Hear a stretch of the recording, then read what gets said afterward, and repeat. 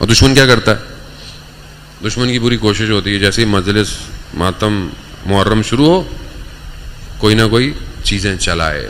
آنکھیں کھول کے بابصیرت ہو کر یہ محرم گزاریے گا. دشمن پوری پلاننگ میں لگا ہوا ہے.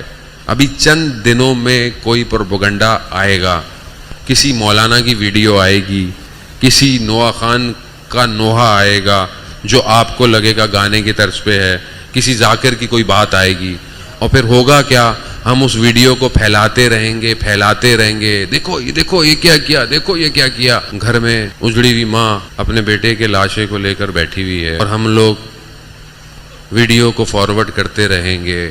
محرم گزر جائے گا, میرا آپ کا کچھ نہیں بگڑے گا, بگڑا تو ان کا جن کا گھر اجڑا ہے. تو ہم خدا کے لیے عزیزان محترم, دشمن چاہتا ہی ہمارے درمیان میں اختلاف ہو, آپس میں لڑیں, انجمنیں لڑیں, ماتم والے لڑیں, مولانا لڑیں, ذاکر لڑیں, نوحہ خان کے اندر اختلاف ہو. یہ دشمن ہے.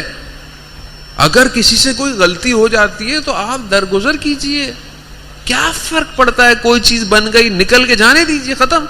نہ سنیں بھائی, نہ سنیں, آپ کیوں سنتے ہیں, اور نہ سنیں, چھوڑ دیں, اور چیز سن لیں. ہم خود فارورڈ کرتے ہیں. بناتا کوئی, یاد رکھیے گا, بناتا دشمن ہے, بناتا دشمن ہے, بھیجتا آپ کے میرے پاس ہے, ہم لوگ مزے لیتے ہیں. پھر خود بصیرت کا مظاہرہ کریں, عہد کریں اپنے آپ سے کہ ہم کوئی ایسی چیز, کوئی ایسا میسج, کوئی چیز فارورڈ نہیں کریں گے اس محرم کے اندر جو ہمارے تشیع میں اختلاف کا باعث بن رہی ہو.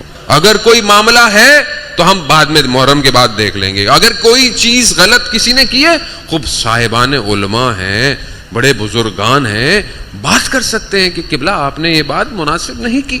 ہم آپ سے کہتے ہیں ہر آدمی مجتہد نہ بنے, ہر آدمی فتوے نہ دے, ہر آدمی کھڑا ہو جاتا ہے ہم تحفظ عزاداری والے. یہ کہ بھائی آپ کون ہیں تحفظ والے؟ سب جو بچے بیٹھے ہیں اچھی طرح جانتے ہیں, سب یہ مارکیٹنگ اسٹریٹجیز ہیں سوشل میڈیا پہ, فالو شپ کو بڑھانے کے لیے, ریٹنگ کو انہینس کرنے کے لیے, سستی شہرت کے لیے. سستی شہرت, کیا فائدہ ایسی شہرت کا؟